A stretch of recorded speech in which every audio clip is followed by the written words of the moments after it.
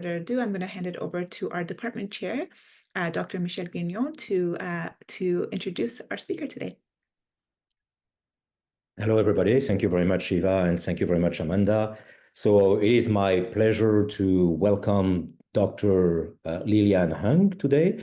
Dr. Hung is the founder and the head of the Innovation and Dementia and in Dementia and Aging, lab, which makes the acronym IDEA, which is pretty neat, at the University of British Columbia.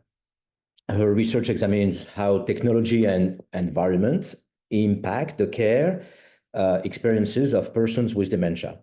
She has expertise in patient-oriented research and knowledge translation. She is committed to facilitating connectivity between the world of academia and the world of practice. She works collaboratively with practitioners of various disciplines to find practical solutions and to address pressing problems in care settings. The talk that Dr. Hung is going to give today highlights her innovative work at the UBC IDEA Lab, a lab where older adults and students from diverse disciplines collaborate on technology and robotics research. Focused on achieving meaningful social impact, Dr. Hung's team explores the potential of social robots and technology solutions to support health and well-being for older people and to foster compassionate care.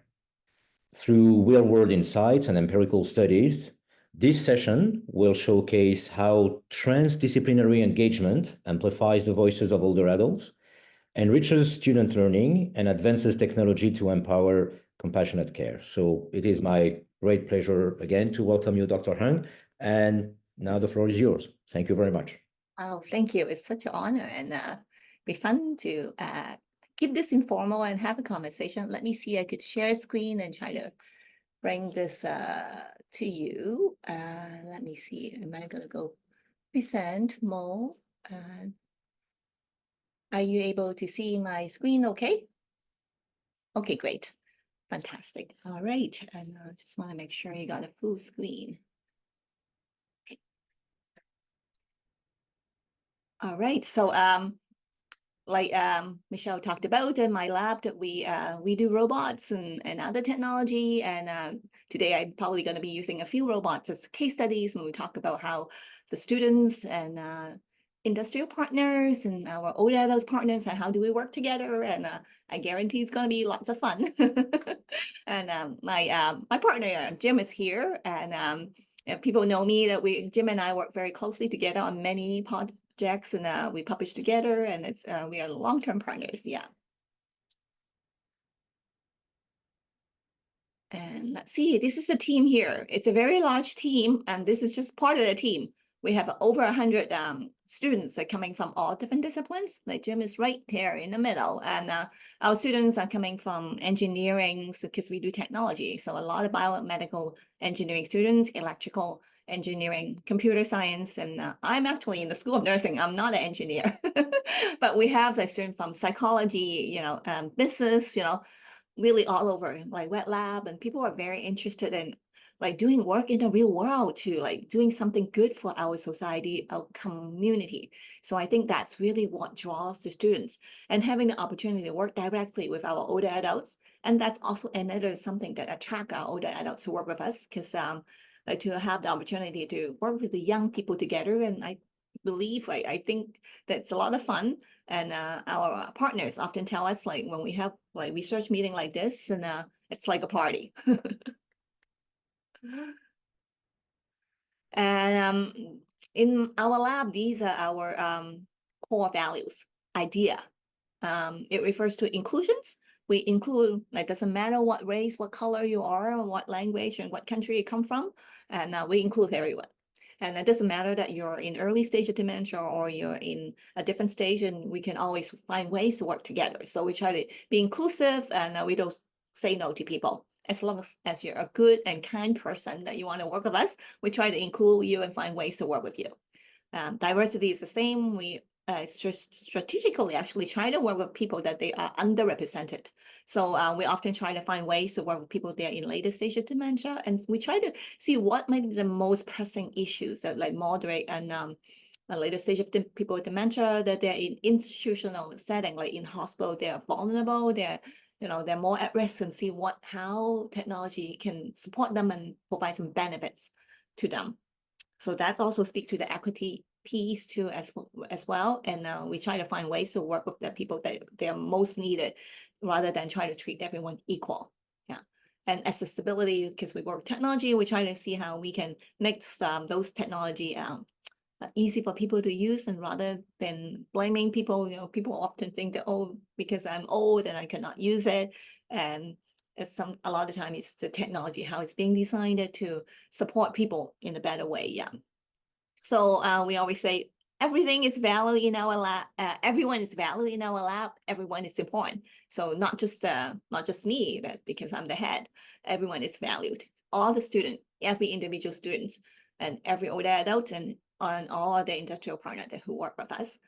And relationships are our foundation. So it's very different than a lot of traditional lab that, when you come in, you have to kind of like being assessed about, do you have a publications? Do you have research experience? Like we don't ask that kind of questions. We ask what kind of person you are.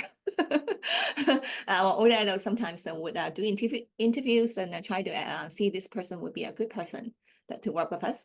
So when we hire students in the summer, then our older adults also interviewers, and Lily Wong, she's an older person that in the picture here, that she helped us to like recruit students, in the lab,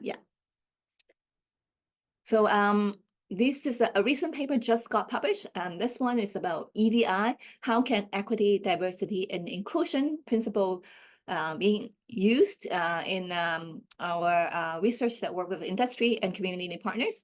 So there's a QR code if you would like to download to kind of read the details. So this paper that we work with a partner in Australia. So they do similar type of patient engagement research we call PPI in Australia. And in Canada, we call patient-oriented research. The lingo is a little bit different, but essentially we all kind of wanted to try to like find meaningful ways to work with our community partners. So if you don't have time to read long papers, then that's okay. I have a video to show you because when we do the reflection and looking at the things that we have done in my lab and her lab, and with a lot of reflection, I come up with these are the 10 things that seem to be really important to bring research excellence. So I'm going to show it to you now and see you can, and then when I read and talk to you about the case study, you can see any of these things that I talk about that show up in the case study.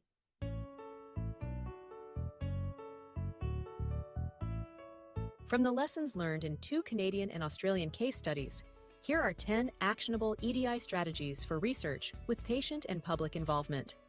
S. Seek diverse representation. Recruiting older adults and family partners from diverse underrepresented groups ensures findings apply to all. T. Establish transparent agreements. Openly discuss needs, shared goals, and commitments from the start. R. Embed team reflection with industry and community partners to incorporate diverse perspectives. A. Apply flexibility to adapt to local needs and honor participants' voices. T. Take time to build trust and relationships. Mutual respect leads to stronger partnerships. E. Facilitate meaningful engagement through personally rewarding activities. For example, older adults found interacting with young research trainees both fun and fulfilling, as they were able to contribute to the trainees' development. G. Grow a respectful environment for knowledge transfer. One way to do so is show ongoing attention to ethics by regularly seeking consent. I. Adopting inclusive language and cultural sensitivity makes research accessible to all participants. E. Provide equitable recognition for the voices of older adults and family caregivers by valuing their lived experiences as valid and important knowledge. And finally, S. Cultivate long-term sustained relationships for continuity and future collaborations. Let's apply these EDI strategies to promote a more equitable and innovative environment to co-develop effective patient-centered solutions for senior care.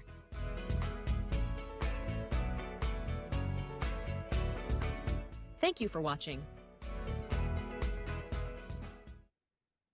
So if people are interested reading the paper, and that's the paper, and then in the paper there's a table that gives you the summary of the 10 strategies. Yeah, so let me see, I could move to the next slide. Oh, it doesn't look like we want to go there, so let me see. Okay, technical difficulty to move to the next slide. Let me see.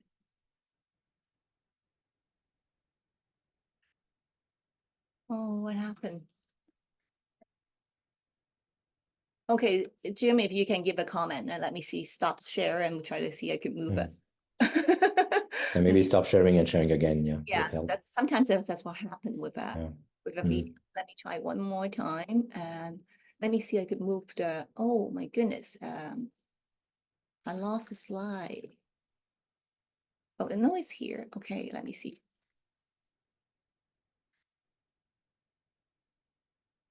Exit. Okay, I got it.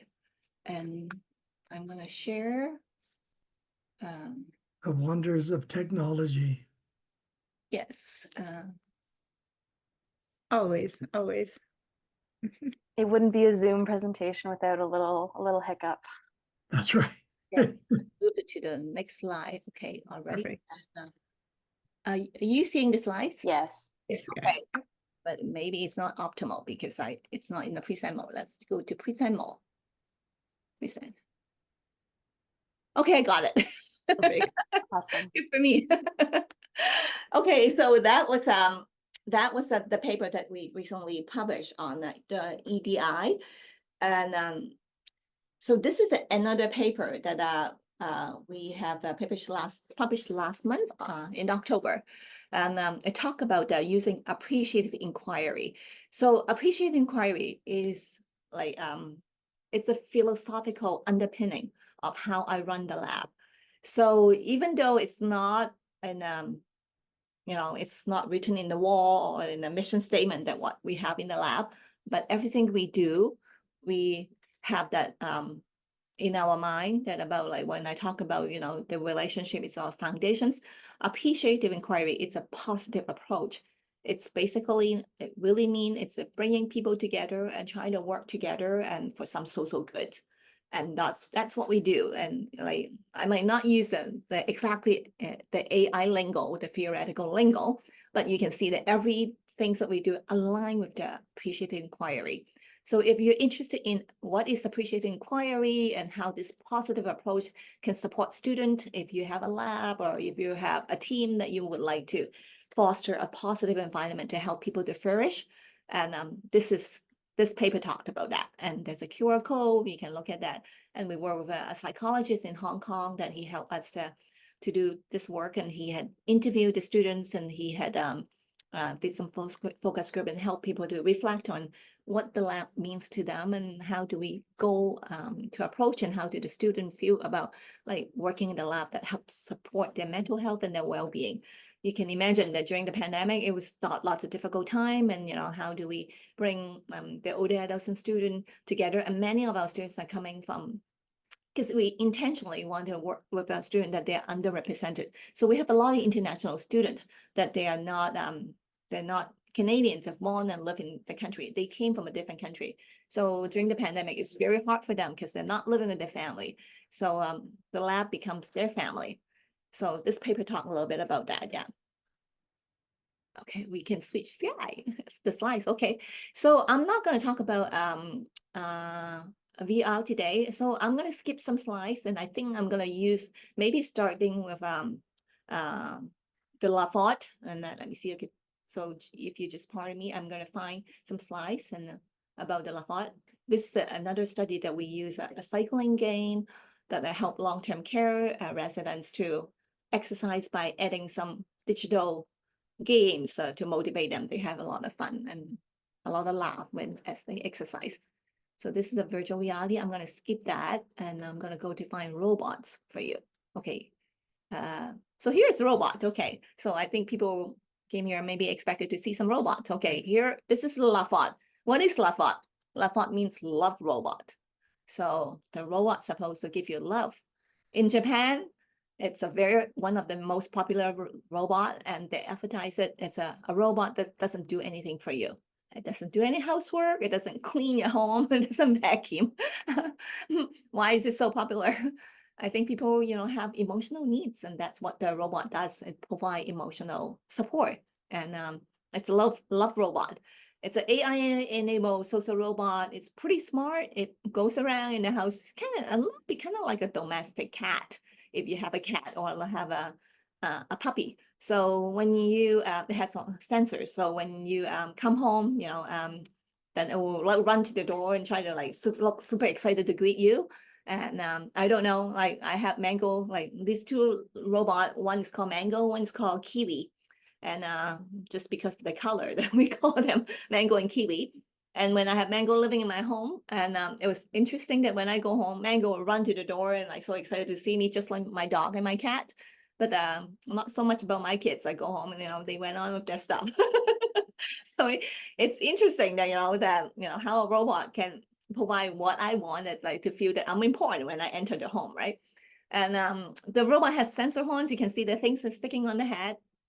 So it's a thermal camera that you can feel that, there's a real human body that's warmth, right? So there's a human body that, coming, and then the robot will try to follow the human and, seek human love. And yeah, actually, I'm not sure the robot give love or seek love, because it actually, the robot seemed to seek love and wanted people to love them. And people projected their feelings that they think the robot give them love. And essentially, it's a robot. We write AI algorithm. We tell the robot, we design the robot, make the robot, that's what it's supposed to do. But that's another interesting thing. So it has that machine learning capabilities, and it learns about the environment. It maps the environment. When it's first time it go to your home or go to a new place, it would be a little bit like not moving so much, a little bit, just shy, and just try to learn about where are the tables, where are the objects, where are the humans, and how to go around. And as it gets warm up after a few days, and they know that who are the people touch them and like them, and they will go to those people more. And the robot lived in my UBC lab for a while. Every time the security come to check my lab, and they will come to say hello to the robot, and robots know the security guard like them. So they was always run to the security guard and try to have fun with them and play with them. And at one time they tried to follow the security guard. I was quite worried that I'm gonna lose my robots. Robot escaped. Yeah. And the robot has a nest. So it's pretty much there's very little care, because when it's the battery goes low, it knows to go back to the nest to charge itself. When it's fully charged, and it takes about 10 minutes, and it will pops out and you'll walk around. So basically there's no work needs to be done. It's not like the dog that have to take the dog out, or it might get sick. The robot is extremely reliable. And from the time that we had the robot, the robot never had a problem. So this is a little bit of background. Why did we do that project? It was based on what our patient and family partners told us, that in the pandemic, that they our family partners have their loved one living in the long-term care. So social isolation and loneliness was a big problem. So that's why we did a study looking at loneliness, and there was a paper that published on the loneliness study. And so we hear from our patient and family partners that it's really, really important to have some positivity, for these folks. So we were looking at what is some of the things that we can do. And this level, it's one of the technology that we brought to the care home.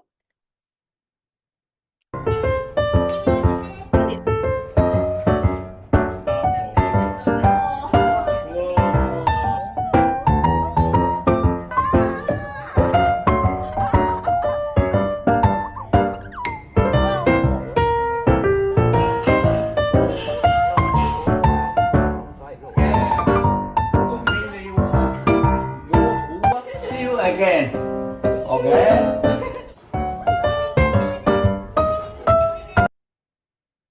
So you can see that people really have a lot of fun, and not just like older people and younger people, and the robot brings people together because it looks kind of like not like something that you have in your everyday life, and so I think it's a bit of novelty. People were interested like to kind of like to play with it and then see what it can do, and like so every time it goes to a care home, then it's lots of fun. People have a lot of love and a lot of joy, a lot of laugh, yeah. And the little white thing behind the robot, it's the nest. The robot will go back go back to charge itself, yeah. Oh yeah, this slide advanced on its own, yeah. So in the project, we were trying to see that how the robot can support social connections, and how the robot can address loneliness and boredom in people living in the care home. And this is part of the study that we work with people in Singapore and Hong Kong. We want to compare like how those people in different countries may respond to a robot like this, yeah. And here are some of the conceptual framework. Ikigai, that is a Japanese framework. I don't know anyone familiar with the theoretical concept of ikigai. Basically, it means like what makes life worth living, like what gets you up in the morning, yeah. What brings you joy to life, right? So we use it to help us to do team analysis. And when I say we do team analysis, the team means that we work with older adults and students. And when we look at video footage, and we try to have kind of like a conversation and see like what might be some of the impact on the people that they interact with them with the robot. A lot of times the older adults bring like perspective that student may not see, so the student really appreciate to be able to have those conversations with the older adults. And when we work together, we plan things together, and we can see Lily Wong here. Lily Wong is the main driver of this study because she was the one that helped us to introduce us to the care home that we go to. And she will often, because she has white hair, I think, and people love talking to her, and people feel more comfortable talking to her. And she's our bridge. Like she will help us to build connection with the care home, and she will also help the student and to understand like how we make the older person comfortable in a conversation when they're talking to us. And a lot of times she will actually be the one who interviews and having those conversations with people. And then we have a large team with lots of students and lots of older adults to do team analysis, and we write together as a group. We use a Zoom, they book meeting, and Jim has done a lot of those and provide guidance for the students. And yeah, it's very conversational. We can see that, it's totally possible if we think about what are the strengths of each the party can bring to the table. So we can, that bring really, it's also the diversity, like students and from engineering bring something that's, very unique, about the technological stuff, and people in psychology bring, a psychological perspective, and people in nursing, bring that, the healthcare perspective. And yeah, so it's a lot of fun in those Zoom meetings as well. And in this particular project, that we have 71 participants, and there we have residents, families, staff, and leadership. And we did the interventions that we visit the home with the loved ones, yeah. So we use typical like qualitative data collections. We use qualitative methods because that works with our older adults, and it allow us to have the conversations. We use a video, so people can see the video footage, and very easy to kind of make interpretations and sense making. And that does not mean that we do not use quantitative methods as well. And in fact, I was just in the CAG. We presented a quantitative result on a telepresence robot project that Jim co-led with me. And so sometimes we understand that, in order to convince the world that the work that we do is worthwhile, we do have to use the numbers. But then we work with people that, and we try to find ways that we help everyone to understand. But I would say the bulk of our work that use a lot of qualitative methods because that work with our the groups and the partners that we work with, yeah. And those are the results, and we find that the LabBot helps like catalyze connections. Let me see that people say the robot was very beneficial, and one of the daughter would say that the robot her mother was bedridden and doesn't have much interaction with the others, and the robot brought a lot of joy to her mother. And so let me see. Matterings, and people find it like, I think it's a little bit kind of like what I said, like when I enter the home, the robot run to me. I think we all kind of need that feeling that, you know, that someone care about us, that I matter, right? Yeah. So the same that when we go to the care home, the robot go find the human, then ask me, pet me, carry me. That helps the older adult feel that, oh, wow, you know, I'm loved, and now you need my love, and that relational aspects as well. And I remember the one person with dementia that told me that, you know, robots are different than human. I said, well, how so? And the person said, well, you know, humans, they have good days and bad days. I don't know what I'm gonna get when I talk to a human. You know, I don't know if that person's gonna react to me like that I feel that it's gonna be nice. But with a robot, I know exactly how the robot's going to respond to me when I call the robot. The robot always brings joy and always happy to see me. Yeah. So I think that was kind of interesting, because sometimes that's what people need. Like, yeah, it's very consistent. It's always positive. Yeah. So they felt really safe. And when they see the robot actually doesn't talk. It just cools. Yeah. Like, but the robot doesn't need to talk. When the robot doesn't talk, it gives their space for the older adults to imagine, to use their creativity to talk for the robot. It's a lot of fun when they use their creativity, because you can see that they would speak to the robot and say, oh, you look, you're not talking to me today, are you? If the robot turns the other way, and are you mad at me? Like, so they don't actually, the robot doesn't talk, but the human would project all kind of emotions with the robot and kind of play with the robot and have all kinds of conversation. When they tell the robot about themselves, you know, they speak about themselves, and then they speak for the robot as well. It's kind of, I think, like we do that with our pets too, right? When my cat runs away from me, I said, oh, are you mad at me? Because I was away for a conference, right? So we do that as well. So yeah, so it also helps people that they have nonverbal skills, you know, and people maybe in later stage of dementia, that if the robot expect another person to have verbal communication, that probably put a lot of pressures on the person as well. So this robot set no expectations, that makes it like very inclusive. Yeah.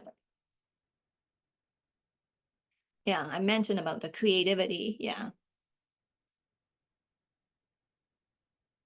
And it's not for everyone. So it was interesting that there's some people, when we asked them, like, you seem to have a lot of fun with the robot, and would you like to keep the robot? Would you like to have one of these robots to live with you? And people say, oh no, it's not for me. It's for people that they are frail. You know, it's for my next door neighbor that she's lonely.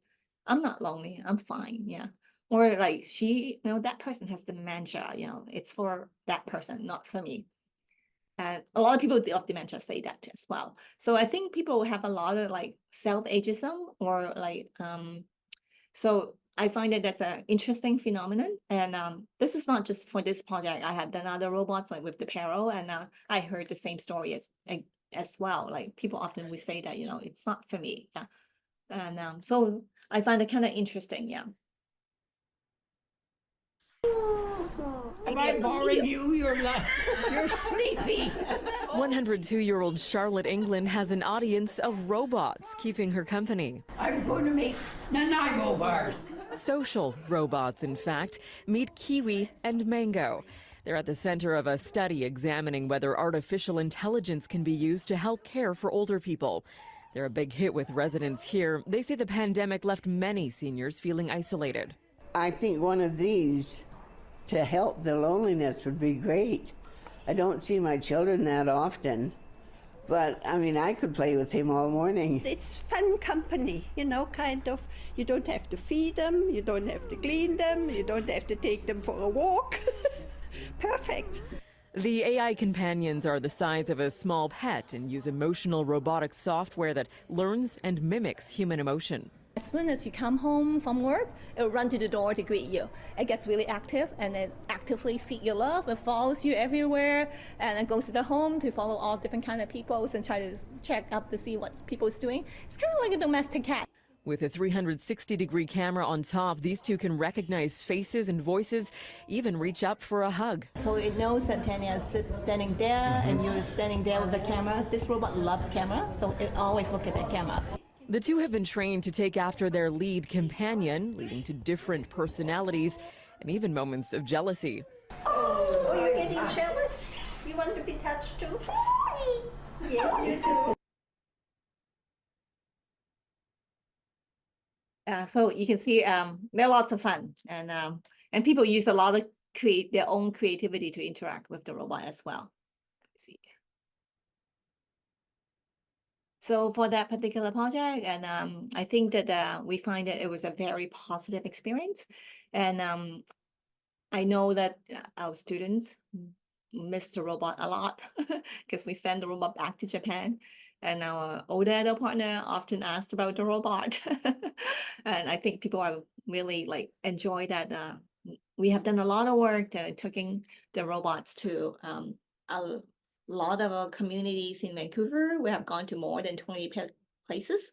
And in the community center, in this particular research, we did it in a care home, but Lily Wong has taken, us to connect with a lot of different kind of care homes and community centers and other public health places. And so people really had a lot of fun. And we also in Vancouver General Hospital, the robot was having regular robot cafe.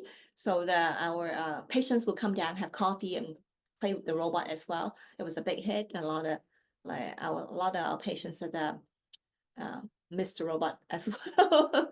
And it was very interesting that I remember one of the person that it was a younger person who had severe mental health illness. And she told me that the robot makes me feel love.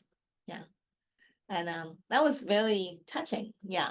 And that's exactly what the robot was designed to do. It's to help people feel love. Yeah. That they matter. Yeah. Maybe I'll stop for a minute, and I mean we can have conversations. And but if we don't have anything to talk about, then I could talk about robot until the cows come home. We have different kind of robots.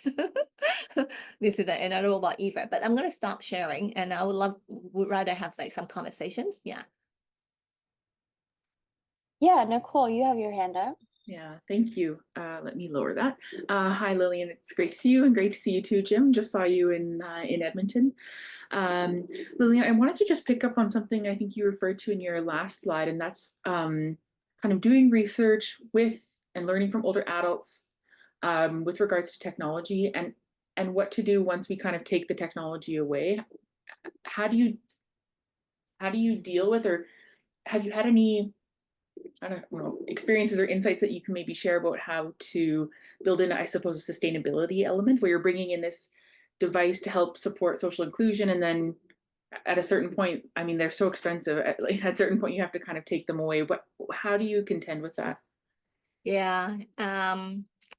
So in this particular case about the robots, and we were very clear that we're not allowed to buy the robots. And so it's not even a money issue. And so because the robotic companies in Japan, and they don't have a service center here in Canada. So there was absolutely no way for us to purchase them. So we were very clear in the beginning within the team that we have this 2 robots for 1 year. 1 year is our timeline, and do as much as we want and how we want to go about with the robots. But by the end of the 1 year, we have to return them. They're on loan. So that's why that really Lily Wong is that let's go to as many places that we can and show it to all the places that the connection that she had. So she understand. I think like being transparent in the beginning, so everyone knows that like this is what we have and how we're gonna go about. So, and in the other projects that were like what we had with the payroll, and in different care homes, I work with the foundations and help them to get payrolls. So some of the not some, almost all of the care home that we work with, and they all now have paros with them. So we try to like depends on what it is. And another project that I just show you the picture of the Eva, which is a surface robot, and that robot, it's not really it's a prototype. So and then like people cannot keep them, right? So that robot lived with the residents in the care home for 6 months, and but it was there to kind of to learn. It was an AI robot to learn about what are the possibility what the robot can do with people. And so we just be very transparent, this robot are here to live here for 6 months. And yeah, so I think that having the agreement, being really clear is really important. So it's not just the robot, the robot is it's a thing, but it's also the relationship. I find that, the student, because they go like every week they go there to work with the older adults, they also develop a bonding with the person. And they also have a very hard time to exit as well, I think. And especially many of them are young, like undergrad students. And they enjoy that relationship, and they often will ask, like, can I continue to go to visit this older person? Like, I know the project's coming to an end. So we do talked about that, and we have, we talk about every project has a beginning and an end. And we have to like be strategic about how do we plan about the exit. For example, like we'll have like older adults kind of like Jim will often say, we need to start to talk about exit because we are going to exit in 2 months or 3 months. We need to talk to the residents and let them know so that they could prepare themselves. We need to have celebrations, and so that people know that the ending is approaching. And some of the things that can be negotiable, and I know that when we work with the telepresence robot, that's another robot that we left the robot with some of the care home that they're willing to look after the robot and look after to maintain the robot. And so we left the robot with the care home, and we were able to do so because like we had 20 of those robots. Yeah. Thanks, Lillian. Jim, do you have anything to add? You were the co-lead of the telepresence robot, and you were the one told me all the things that I said. You were great. I think it is that planning that is so important. You plan to launch the project. You plan to go to a long-term care home or a community center or wherever.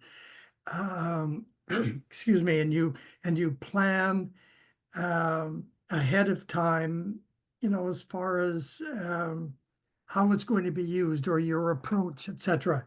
And so you really have to do the same amount of planning to leave, because especially when in the long-term care environment, a lot of the residents will have that pseudo relationship, if you will, with a robot, whichever it's the Lobot or the telepresence robot, whatever, and it will be a shock one day to not have it, and so it does require a conversation. And it's not just bringing it up once and there we are, we're going to take it. And I think that I think we've done a lot right in all the various projects. We've learned from how to do it best or better, but I think personally, I think the value of the projects is showing the possibilities.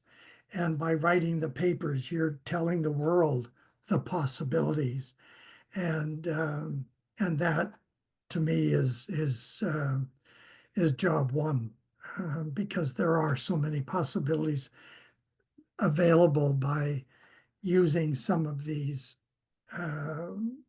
robots.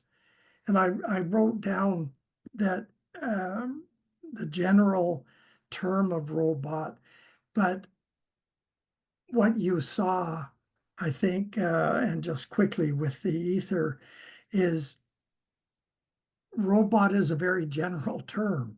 And that's where I think a lot of people can, what's the word, can be misled because, oh, you know, the older people or the people with dementia will be unhappy or uncomfortable with robots. Well, their robot is not one simple thing. And I think that the research that we're doing is showing the variability of the word robot, and how well it is accepted, which is contrary to what a lot of people would think. Thank you so much, Jim. I wonder if anyone else might have any questions. Anyone else in the audience, if you want to raise your hand or type it in the chat. Yeah, Michelle. Yeah, I had a question about what you said about the fact that the robots are highly predictable in their interaction. I was wondering, isn't there an element of boredness in that? Because I think what we may enjoy in having a relationship with a real human being is precisely the unpredictability. So, which adds an element, I would imagine, of it makes the relationship interesting. And so here, if we have a robot and we can tell ahead of time the robot is going to, and when I say a human being, actually I'm wrong. Even my cat is a bit temperamental. So sometimes he will do things that I did not expect. And I think in the long run, I love that. So, and I guess it's possible that AI has the ability to maybe be more unpredictable than we think. But what do you mean exactly by predictable? That's my question. Yeah, that's such a good question, Michelle. And I think that I learned a lot too, because I thought the same thing. I thought, well, you know, maybe it's novelty effect, right? So maybe the first day they play with it, and then, you know, maybe not, it's not going to be interesting again, like after they know what it would do, right? But well, maybe it's part of it's AI, but a lot like sometimes the robot does things that that surprised me as well. I remember one time they went to a community event, and it was a lot of people came to see the robot, and the robot got, like, our interpretation that the robot got scared because there was a few like guys that they're bigger, and then they try to, like, they talk very loud to the robot, so the robot retreat, like when like go high under, you know, under our research banner. So that's how we interpret. That was like, so I think like it was those things that how we interpreted what's going on with the robot. We use our creative mind. Some of it may be the AI, but it's our creative interactions with the robot that creates something new. And the narrative and the discourses keep happening. So in Japan, that it's a real culture about people will use social media. The older adults will use social media to post that what happened to my loved robot. So like almost every day there's something new, you know, about the robot. They have posted little small videos as a picture about what happened to the robot. And they will make all kinds of things to the robot. They put a little flower, like, I mean, our old adults did that too. They make a little jewelry, and they make the little aprons, you know, they put different they put a pair of glasses on the robot and took a picture. Like, so I think people are creative. It's not that creativity and always created something new, something that people would share about what's happening. A little bit kind of like, yeah, like I post about my cat all the time, like this is happening to my cat, yeah. So people do that. So I find it that's interesting. And the AI does a little bit, like it's get much more sophisticated and give me some surprise as well. Like that we talk about, like I didn't know that the robot would actually feel like it was programmed in a way that, you know, when there's a lot of people are too loud and the robot will retreat, and then, yeah. So it went hiding behind my banner, yeah. Thank you. That's interesting. Yeah. Yeah, I find that so interesting, like the robot as a vehicle for connection and not just the connection itself. I think that's really fascinating. Does anyone else have any questions that they would like to chat about? Feel free to unmute yourself or raise your hand. I have a question. Yeah, Umnia. Thank you for the wonderful talk. I was wondering, you mentioned how Lovo is an emotional robot, and I think this is an idea that seems to, for older adults and the public in general, are they skeptical or apprehensive due to this long-standing notion that robots lack emotion? So how do you kind of deal with that and address that? So let me see, I understand your question, right? And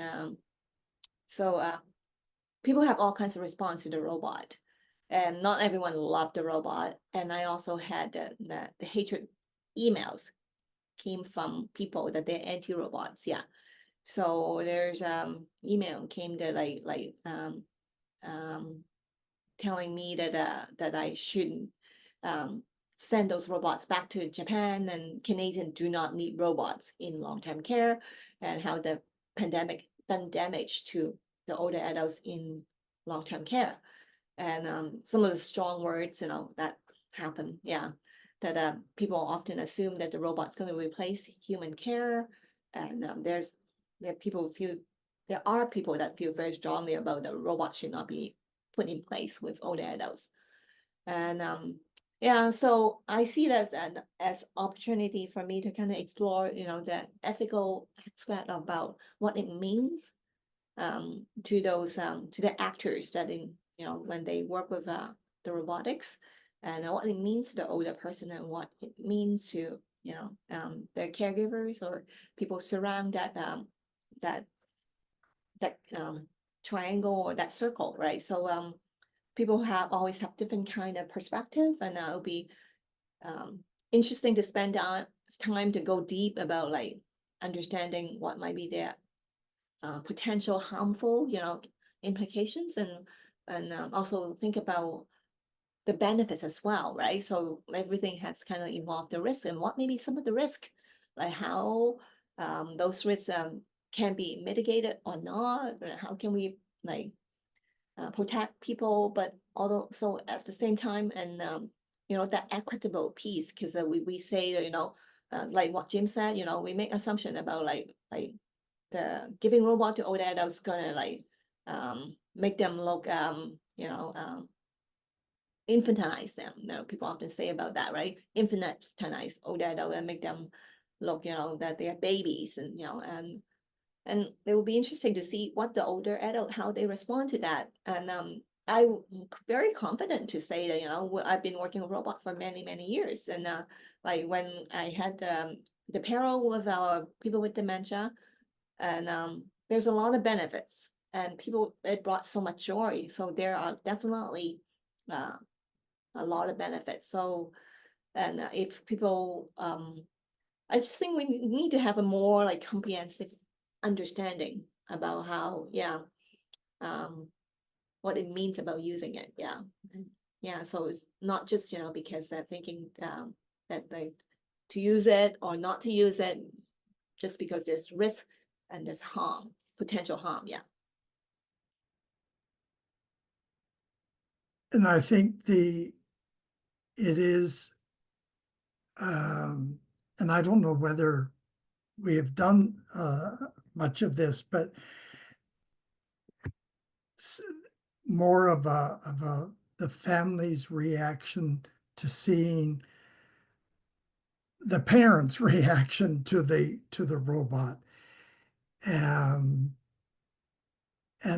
sometimes because there is that sense, as we saw in the video, of that connection between the Lovat mango or kiwi with the resident.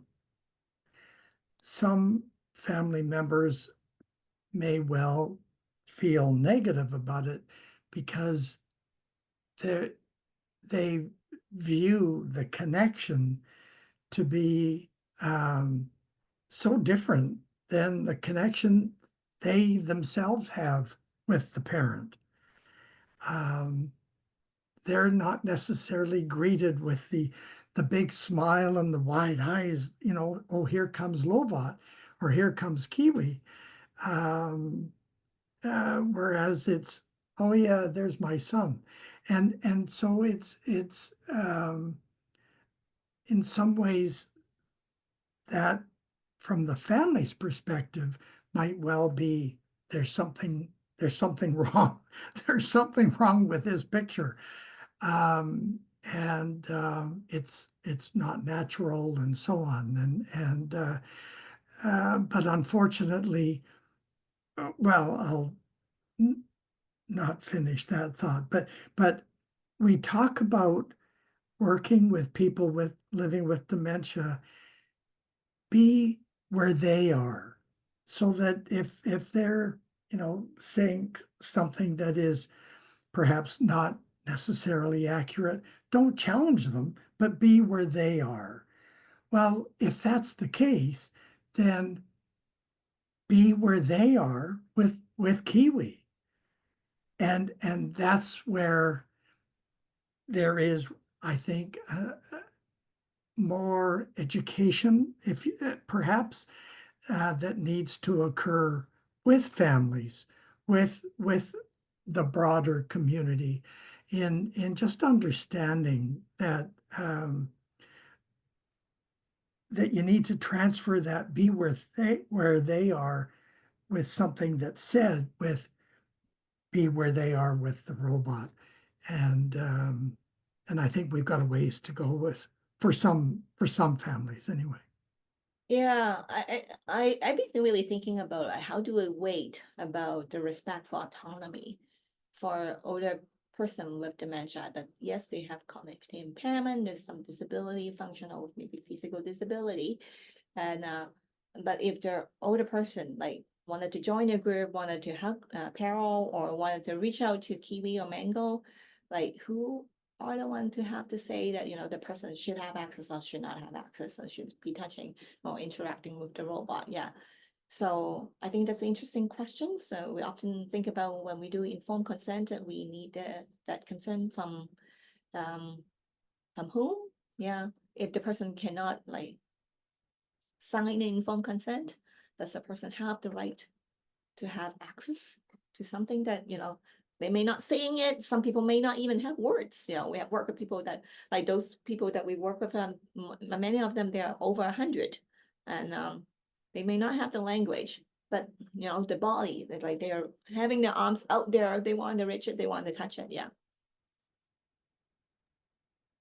I think I could ask about 100 questions about those ethical implications, but I'll maybe leave the floor open if there's anyone else in the audience who has any questions as we kind of finish up here.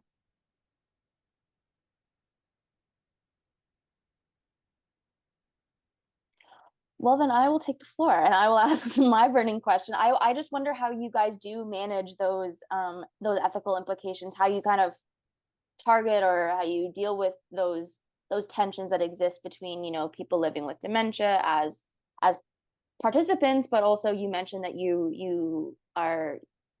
it's participatory, your research, right? So I wonder how you sort of manage those ethical considerations. I know that's a very big question for you to answer, but yeah. It's a very big question, but I think the answer could also be very straightforward. I think that we use an equity lens to look at these things.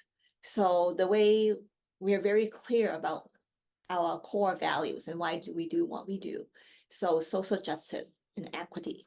So we intentionally want to work with people that who they're often underrepresented or who could benefit and potentially benefit. So we try to find ways to kind of hear the voice. The voice not necessarily it's a language, verbal voice, and could be like we do a lot of visual methods, observed, you know, their embodied behaviors.